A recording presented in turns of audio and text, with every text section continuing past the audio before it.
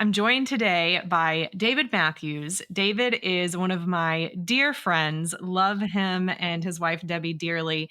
But he also is the founder of an organization called Spark of Life. And at Spark of Life, they work with people who have experienced lots of types of grief, especially or I guess I should say, they've worked with people who've experienced many different types of losses. And with that loss, encouraging people that grief is a healthy next step to do. And I so admire David and Debbie and the work that they do and the work that they continue to do to help people. And so I really wanted to have him on the show to specifically talk about divorce and what is happening in a person, in their mind, in their heart, once they've experienced a divorce, and how do they begin to make changes to begin to live forward and not feel so stuck in what divorce can cause a person to feel towards themselves. So David, long introduction, but it's only because I love you so much and have so many great things to Yeah, say about you. yeah. Thank you Well, for thank coming you, on today. Kimberly. Well, you're welcome. It's great to be on and talking about a subject dear to my heart, right? And I know Mm, dear to your heart, people who are hurting yeah. and trying to do whatever we can to help, to walk Mhm. beside people that are devastated in spirit a lot. And of course, divorce is one of those things. In our Mhm. grief recovery work, we have dealt with hundreds of people, hundreds who have gone through the divorce Mhm. situation, and they're just devastated for lots of reasons. Even if it's their choice to divorce, maybe they're the ones that wanted the divorce. They're still devastated, many that we deal with. So I really appreciate the opportunity to come walk beside you guys and maybe help some people along the way. That's our goal. Absolutely. Let me start with asking you this question, David. Why is a divorce so hard for people to process and so hard for people to move on from? You know, shattered dreams shatter us. Shattered Mhm. dreams just shatter us. I don't know many people who walk down the aisle or however they got married that said, okay, someday we're going to be shattered and not love each other or act like we don't love each other or our marriage will end. Now, our dreams are so, um, we're just excited about the future with this person, right? And we've dreamed about this. Uh, and I don't think there's any less or greater devastation for males or females in this because we've dealt with both, of course. But I think shattered dreams are so hard to get through. And then it's regret, right? And there's two things of regret and resentment. And the regret is if I'd have only done something different, maybe we wouldn't be here. Maybe he or she would not have left, or maybe our marriage would not be in such bad shape. So you have deep regrets about if I'd have only done something different. So along with that comes what is wrong with me. I'm to blame. I have my self-value goes to the toilet, if I can say that. And so this self-doubt can take over, which affects other relationships of life. So you have this snowball effect of loss of your marriage with now all these other factors like children and struggles with children, struggles with your social life. It just affects all parts of your life, but really inwardly about who the heck am I? I'm just the biggest screw up in the world. And we all struggle with that anyway, right? We struggle with, I'm not good enough. I come from a Christian background, and that's just the number one thing I got all the time was, I'm not good enough. I'm just not good enough. Uh, it's kind of like the old Psalm, I know my sins and they're ever before me. Well, Dave Mathews knows his sins. Dave Mathews knows I'm a screw up. So if I go through a marriage shakeup and then a marriage ending, it's very easy to pile on yourself. And along with that, it's very easy to pile on your ex-spouse, right? So you have these two dynamics and they can get real lopsided, like it's all my spouse's fault or it's all my fault. Most of us know that it's probably both, right? And I've dealt with a couple of I say a couple of marriages that went through divorce that it probably was all one person's fault. Okay. in a real toxic situation that somebody really needed to get away from that person. I think we've all dealt with people like that, but in most marriages we deal with, it's not all one person's fault. But sometimes it's one person that wants the divorce and the other person doesn't. So what I'm saying, it's real easy, I think, to pile on yourself and or to pile on your ex-spouse. That dynamic creates tremendous problems in other relationships, in the family structure and social structure and all that. I think that's one of the reasons of shattered dreams. It is like a death. It's a death of a relationship. We don't compare losses when we deal with those who are grieving. All loss sucks and stinks and hurts. But that's why we think it's so important for those who've gone through a divorce to understand the relationship between divorce and grief, that this is a loss. This is a major loss, even if you want it, even if you push for it. It's a major, huge loss because of this destruction, shattering of your dreams that you had for so many years, and now it's gone. It's very and then you have to live with it, right? You have to live with the consequences, and there's constant triggers. You never get far away from it, right? So we've just seen when we context the divorce in the grief context, it really helps, because then I can approach it from a grief thing. And fundamental number one, there's nothing wrong with you. You're grieving. Okay. Fundamental number one, that propels me to get up, wash my face as it is, live forward with my pain, not ignoring the pain and not denying the pain, not denying my screw ups or his or her screw ups, dealing honestly with it, but having a foundation that allows me to get up and live forward as opposed to existing forward. So that's why I think it's so tough. I could go on all day. So, I'm waiting David. for you. Yeah. You're just waiting for me to butt in and say something. Well, Yeah. but I so appreciate the way that you approach talking about grief. And I remember several years ago now when you and I really started talking about this together and doing more collaboration, it fundamentally changed the way that I viewed a lot of issues that I was having that had occurred in my marriage, and just other people, friends and family, right? Because the way that you talk about grief is you have a definition. I'm going to butcher it if I try to say it, but it is a change in an expected behavior or an expected routine of life. Say it the way that you say it. Well, we get this from different sources, obviously. I don't want to steal people's, but the definition that grief is conflicting feelings caused by an end of or a change in a familiar way of living. So I've often said this: if one of my kids die and they're all grown and gone out of the home, it's a disaster. It's terrible. It's awful. But if my wife dies or my wife leaves me, my daily routine is all changed. Everything's changed on a daily basis. Obviously, I hope to die, and Debbie hopes to die before our kids. I'm not saying that. But I think when you have a change in a familiar way of living, even if it's your choice, it's a shock to the system.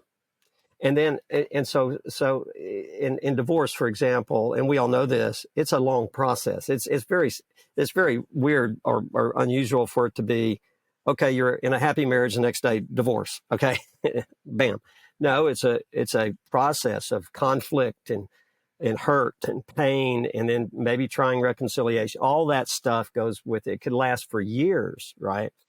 But you're still together. But when the divorce happens, and obviously it's different in different cases, but the change in the familiar pattern of behavior is over. I had her or him. Now they're not here. So it's so similar to death, because it is death. It's death of a relationship. It's death of a familiar pattern of behavior. And death of a dream, like you said death of a earlier, it's dream. death of that Oh, expectation. Yeah, that expectation. And it shatters you, and then you feel like, what's wrong with me? Yeah. And then you throw it back. I talked to a guy yesterday that came to Marriage Helper Workshop, and his divorce is now final. He did everything right. He did everything right. That doesn't mean he's blameless. But he just called, and we've become good friends. And I was his coach for a long time. And anyway, it's over. The marriage is over. She refuses to all this. 6 years of going through, and they've been separated emotionally and sometimes physically for 6 years. But now the divorce is final just this past week. And he called and it's such a great illustration of what we're just saying. Even though it's been a long process, the finality of it, kind of the hope is gone for the marriage. The hope is out when he held on to hope. And I think that would relate to a lot of our listeners. You hold on to hope. The divorce is final. And we all know there could be miracles even in that situation. But really holding on to that hope can be very toxic for you and keep you from moving on, even though there's always that little bit of element of hope. And we know cases, right? I know cases, 5 years divorce, remarriage. And we want to give people that hope. But on the other hand, you have got to live forward, which really increases your odds, right, of having a better outcome. But I've got to admit, hey, it's over. And that's a tough one, right? That's the tough. This is such a tough one, David. I have so many questions I want to ask you about this too, right? Because I am in existence, literally. My life is in existence because of a marriage that was put together after 3 years of divorce, right? So clearly, I believe there's always hope. But then there's this tension on the other side of it of, at Marriage Helper, sometimes people will say to us, but like, when is it false hope? When do I need to move on after the divorce is final? Because they may kind of hang on of a story like my mom and dad's and just keep waiting for that even after divorce. And it's really hard to live in that balance. It's really hard to live in that tension. So what would you tell people in that? So what is that balance? How do you live forward and maintain hope? Or when should you give up hope? Oh, that's a fine line. I'm interested to see what you say. Yeah, I would say yes and no. Yeah, yes, you should give up hope. No, you should not. Okay, and by that I mean, and I tell people, you can fight both sides. Yeah, you can. And it's kind of like, can God make a rock so big that he cannot lift it? Philosophic questions about God. I always say yes, of course he can, and no, of course he cannot. Okay, so there's no, he it's would both not. and. Yeah, and no, he would not. But I think you can reframe it into a both and. Okay, and like let's say I'm working with a couple. I used to coach, as you know, for Marriage Helper, and still do the workshops. But this happened often, and of course, I would say this because I got it, I think, from one of the people that work at Marriage Helper. When I work on my pies, and I'm in a marriage, let's say, and the spouse does not want to be married. I always told my clients, when you get to the point where you're working on your pies, not to get them back, but because that's what you have to do in a healthy way for you to live forward, and you get to the point where if they called you and said, would you please take me back? And you would say, I don't know. My life is going well. When you get to that point, that's a good thing. That's a healthy recovery, because you cannot live your life based upon what the other person may or may not do. That's giving up control to the other person. This isn't a punishment thing for me to say, no, I won't take them back. I'm going to get even with you. No, it's not that. It's that, let me think through this. So if it's a divorce situation, I would use, and we have used the exact same teaching that we do in Marriage Helper and the exact same teaching we do at Spark of Life. It's exactly the same. All you can do is all you can do. And all you can do is enough. And that statement, in fact, this guy I talked to yesterday, he said that one statement he keeps going back to. And it's helped him through his divorce and through this whole messy situation. What else can he do but work on himself? What else can he do but get up and wash his face? Yeah. So anyway, that's how I would answer it. So is there a hope? Yeah, but there's There's a hope I'll win the lotto. Okay. So, I mean, but I'm not saying it's that. Is there, David? Yeah, that's maybe I shouldn't use that analogy or that illustration. But really I can't focus on that. I need to focus. There is hope for Dave Mathews to live forward, to have a Mhm. productive life, a really good life, for me to work through the pain and actually not let my past define me, but let it propel me. Let it propel me. That's the focus, not on is there a 1 in 100 chance? I have people even ask me, what do you think the odds are of my spouse? And even those who are divorced, what's the odd? Well, there's no way I can say that, but I'll tell you what the odds are good, that you can live forward, that you can make healthy decisions, that you can complete those incompletes of regrets and resentments. That's what you can do. And let's focus on that, right? Let's And focus on that. that's what my mom did. That's I mean, exactly this what was she did. mid 1980s, so this was all Yeah, pre-marriage helper. But this yeah, was she got a job. She had been a stay-at-home mom her whole life, but when they got mhm, divorced, she got a job. She worked on herself. She took her life in her own hands. They still had a great co-parenting relationship from everything they've both said to me, yeah, especially my mom. But she started dating again, right? Like yeah. and thankfully she was moving on. Yes, Thankfully, by the time my dad came back around, she had not gotten remarried yet. Like that just happened to be the hand of God in the situation, because she was doing everything that you were saying. She was figuring out how to move on. She forgave him. She was strong in herself. And when he asked, "Will you take me back?" she said, "You have to give me a couple weeks to think about this." perfect. Yeah. And I always go back to your mom's illustration and dad's too on that, because had she given up hope on the marriage in a way she had, that wasn't her focus anymore. It was for the first year, right? For the first year or two. But then she said, I can't live like this.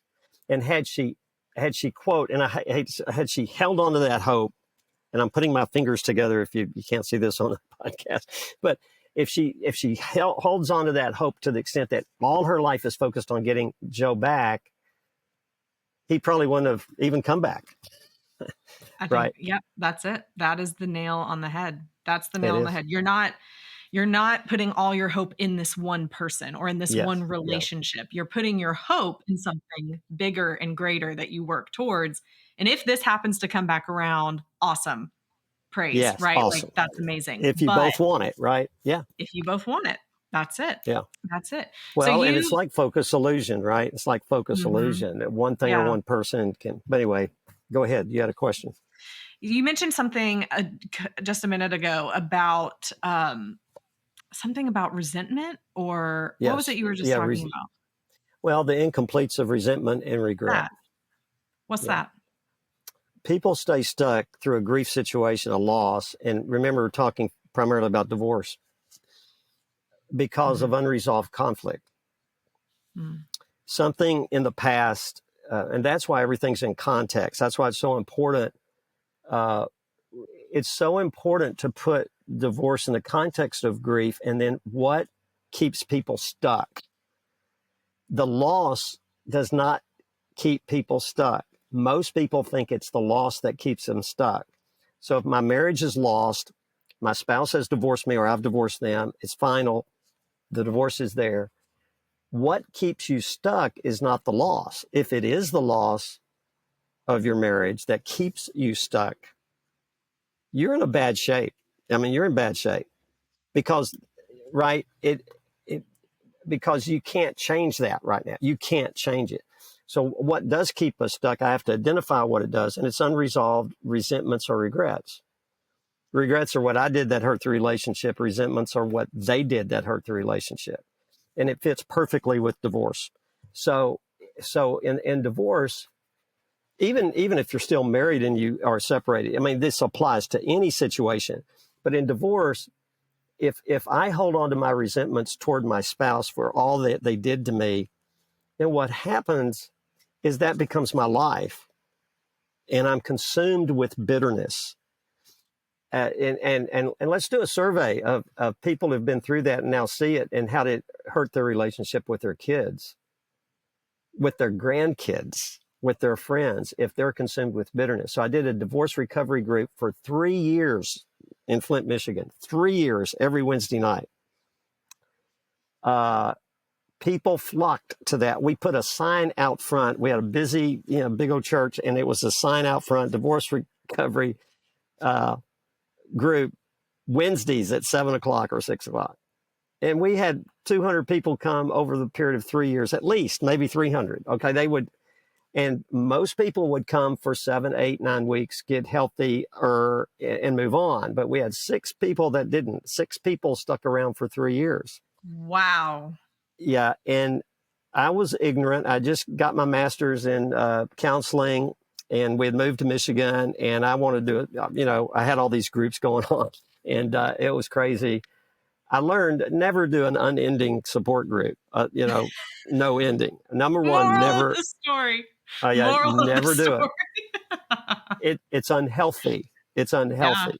Yeah. They get Uh, dependent. have a specific start date, of course, and a specific end date, and then get those people out of there. They need to but live forward. live forward, and some might need some more help, and some might need therapy, right? Things like that. But we had these 6 people that stayed, and I told Debbie, I said, they're unhealthy. For one thing, it's all about how bad their spouses are every week. They were consumed with resentment. And I'm not saying the spouses didn't hurt them. The spouses did hurt them. They have every right to express that, but not for 3 years. It's not healthy. It's not healthy for a year. I mean, I have no time frame on that, but it's not healthy to stay stuck in resentment. So we teach people how to let go of that resentment in a healthy way, which includes forgiveness, right? And forgiveness is a huge deal. So it includes that. But if I have resentment, and I've heard people say, "Oh, I've forgiven her or him," right? Ex-spouse. And then all their talk is about them, how bad they are. We've got to shift out of that. We got to give permission for people to express those resentments in a healthy way, but then give them tools to progress out of that and to tie up the loose ends and to let go of it. So we actually have exercises and specific things that people, and we know this in Marriage Helper, people need specific things that they can grab hold on. And that's why the concept of pies is so great, isn't it? I mean, just Isn't look it at though? Isn't it? who came Talk up more with about that. Was that it. Dr. Beam or was that you, Kimberly? Pies. No, no, it was for sure Dr. Beam. I'm just the one that said, you know what? This is fantastic. We should do It is more on it. fantastic. Yeah, and I always joke around in the workshops, well, here's another pie thing, like attachment style pies. And I say, this is chocolate pie, and the other's lemon cream pie, lemon coconut cream. But pies is the same concept. So we give people specific, tangible things they do to let go of the resentments to complete them. So, for example, if my mother got drunk every night from 6th grade through 12th grade, did that affect my marriage? Well, yeah. Yeah, it did, because I had unresolved conflict with my mother. It's unfinished business. And I had resentments toward her. And I loved her, right? And I had conflicting feelings, but I never expressed it. I never dealt with it. I had to let go of it so it could free me in present relationships, right? And even though she's been dead for years, I had to let go of that. Same thing with regrets. Regrets what I did that hurt the relationship. So you just look at the divorce situation. That's why I say unbalanced, everything his or her fault, your ex's fault is unhealthy. Everything my fault is unhealthy. I need to forgive the resentments. I need to tie up the loose ends. I need to do all I can do. And then I need to deal with my regrets that I have, tie up those loose ends. When I do all I can do, and there's nothing more I can do about a situation, I'm free. I'm free. So what I did with my mom, I just went back and said, I wrote her a letter and said, I forgive you for getting drunk every night. And I told her how I felt when she was drunk every night when I was growing up. And I had to forgive her. So the tangible thing I did was write a letter to her. Some go to the grave if they're dead. If they're alive, I can still write a letter and not even send it to them. Things like that. There are tangible things people can do that when they do it, what more can you do? That's what we mean by tying up the loose ends. When I've done all I can do, I'm free. Now, do I still have pain when I see my ex? Do I still have pain if they're with somebody else and they get married to somebody else? Of course I do. That's called grief. That's natural and normal. I still have those. I'll have triggers, right? I think I heard you say 25% of men, the divorce statistic that you talked about. Do you remember that you were doing your research? 25% of men who are divorced, Fathers. what? Fathers? Yeah, after a divorce happens, 25% of fathers after 1 year will no longer be present in their children's lives. Yeah. So some of my clients have been through that, through Marriage Helper.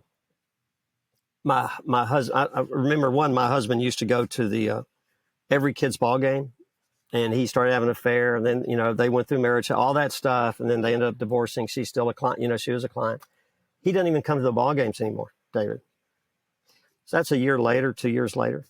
Yeah. So those are constant triggers. Yeah. That's why divorce is so devastating for a lot of those reasons, right? It just keeps.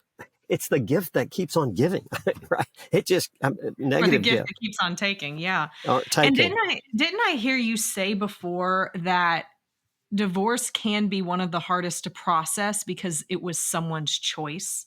So unlike Yes. a death loss where, like, Yeah. typically the person did not choose to die, Right. Right. but in this one, like, someone made a choice. Yeah, they made a choice to reject you. Yeah. Gosh, that's Not just mm, you're not good enough is the message people hear, right? yeah, And we've absolutely. heard it, you've heard it, I've heard it. And the devastation on the other end of the line or the Zoom call, with divorce, it's, and then you have the finances, see, can be triggers. I don't have enough money. You just name it. Just keeps on going. That's what makes this divorce thing as tough a major loss as they're out there. We don't compare losses, but we don't need to minimize the pain of divorce. We don't need to maximize it. And there's the balance, right? We accept it, but we can yell against it. That's normal. We can express our feelings, and that's what we want to do in the divorce recovery workshops and all that stuff, is to help people do that. Permission to grieve, permission to recover. The two foundational points that really can propel all of us to live forward with unimaginable positive life, right? After a devastating thing that just rocks me to the very core of my being. And that's what divorce does. It just sucks all the goodness out of people for a while, self-worth and all that. And I know there's going to be listeners that can really relate to that, really relate. And we're with you. We want you to know we're with you. We want to walk with you if you want us to walk with you. And we want to help you to live forward through your pain. We can't take away your pain, but we can certainly help people live forward with those strategies. The philosophy of Marriage Helper is exactly the same philosophy in the grief. It's just exact. David, I love the stories that I've been able to hear from you where you have had where you have had a person come through your work from your retreats that you do, Mm-hmm. and they have experienced divorce and the transformation that's been able to happen for these people. Can you share a story with us about someone that has experienced divorce and the change that's happened in them because of what Spark of Life Yeah. was able to do for them? She was married for about 25 years and really believed in marriage. She highly valued marriage. Her beliefs and values was marriage was a covenant with God. And she went through hell for 23 years. Not physical abuse, but enormous emotional abuse. She comes to a Spark retreat, Spark of Life grief retreat, and we serve. If it's in person, we serve the people. Okay, we serve them. We carry their bags in. When I carried her bag in, she said, "No, I've got to do it. No man has ever done anything nice for me." Okay, so then we Mm. at the dinner table. one of our helpers that was there, another couple helped us do that retreat. We're actually putting the plate down before them. If it's not a buffet type thing, if it is, we pick up the plates and take it to the kitchen. We say, you can't pick up your own plate. When Dennis went to pick up her plate after the first meal on that particular retreat was Thursday night, she said, no, I can't let you do it. And I was there and I said, Dana, you can let us do it because it's a rule. You must let us do it.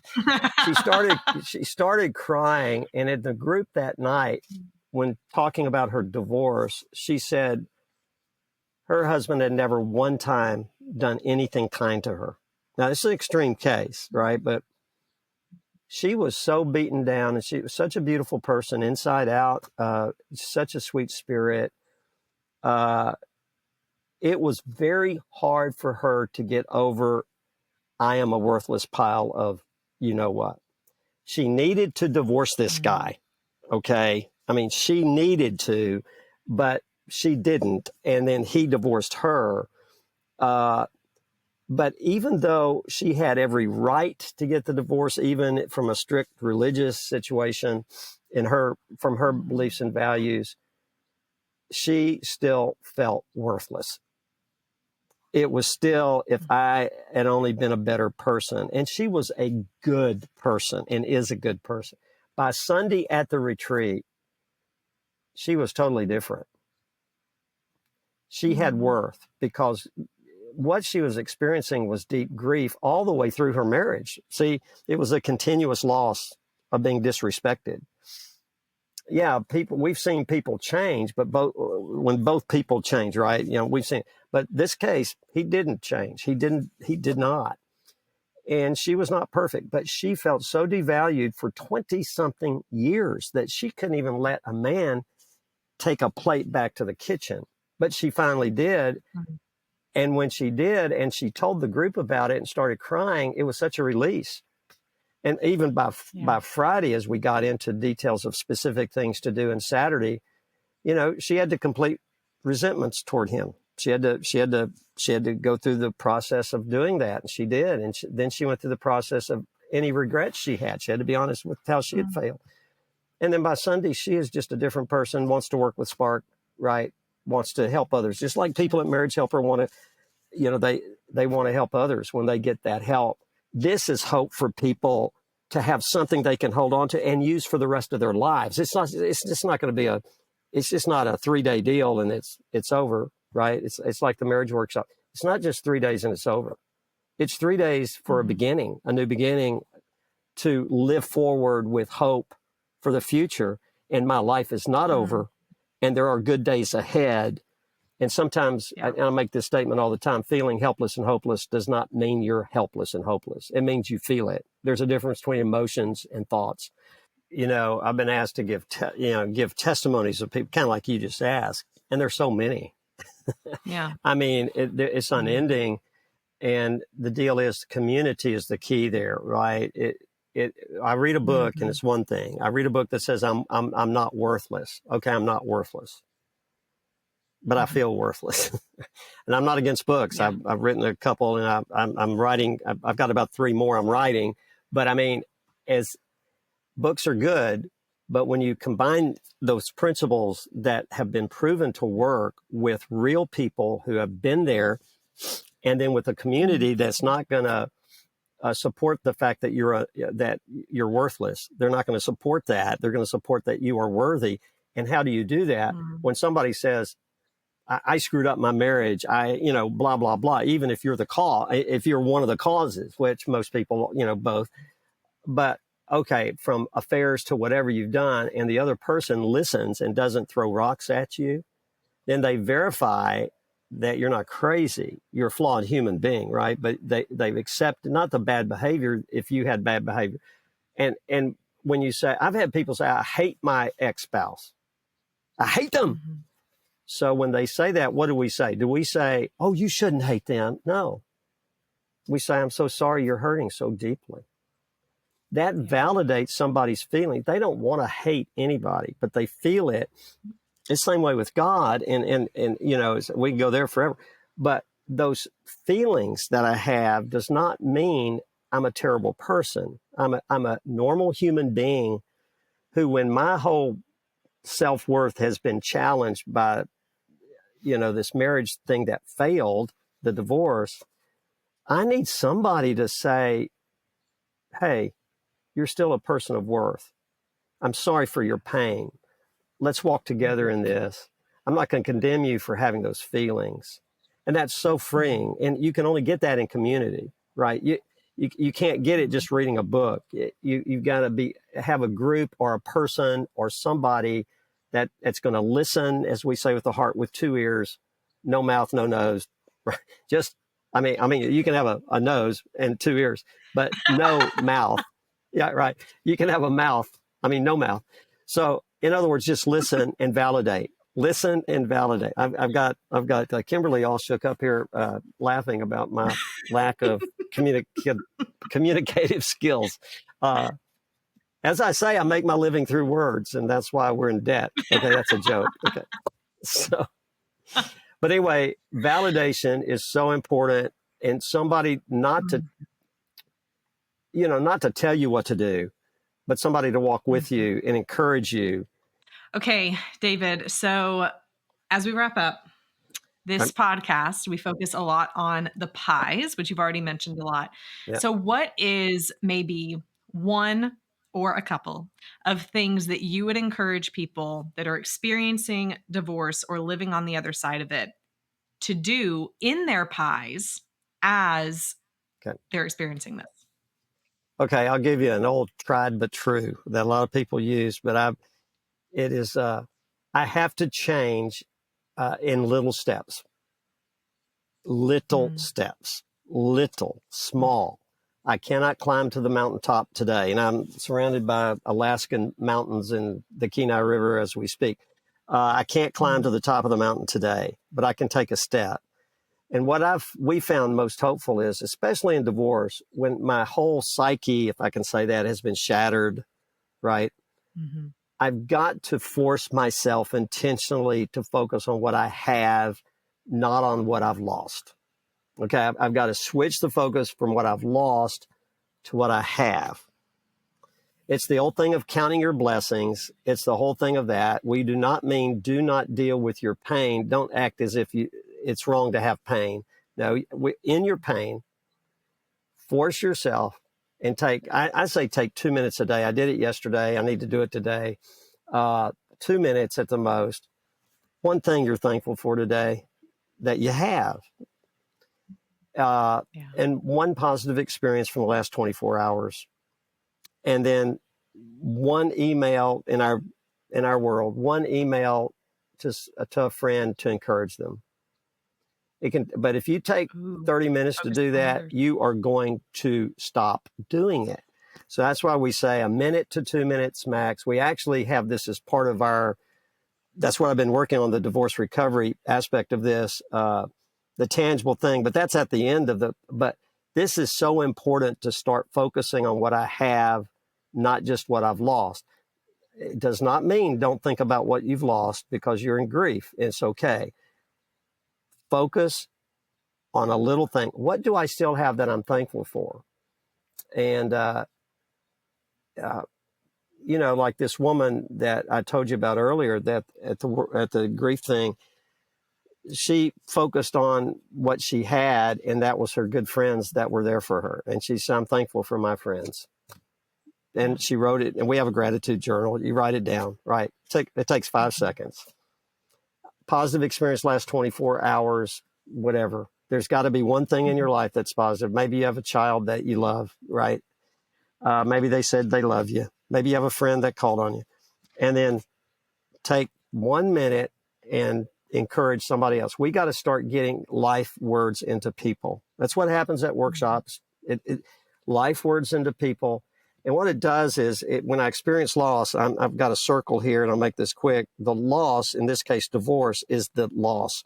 So you have divorce in this circle, and all arrows are pointed toward that divorce. Okay. And because it's a grief, it's terrible. All right, so you have 4 arrows pointed. So how do you get out of that? That's okay to have 4 arrows pointed into the divorce because it consumes your life for a while, but you can't stay there. So you can't stay with all focus being on what you've lost, the person you lost, the marriage you lost. Try one thing, arrows out. I'm grateful for my child or my children. The last 24 hours, a good friend called and we went out for coffee. And then the key is doing something for somebody else, but you got to don't bake a pie and take it to people every day. You're not going to do that. If you want to bake a pie, take it to me. That's great. But one thing. So I emailed a buddy, my buddy Lyle, and I just want to tell you, I love you, man. Thanks for being my friend. He came back and he's just crying. It took me 22 seconds to do that email. All that does is help me balance my perspective, right? It's not all about what I've lost. I have to deal with that, not negating that, but that's my little tidbit for the day for people. That's so good.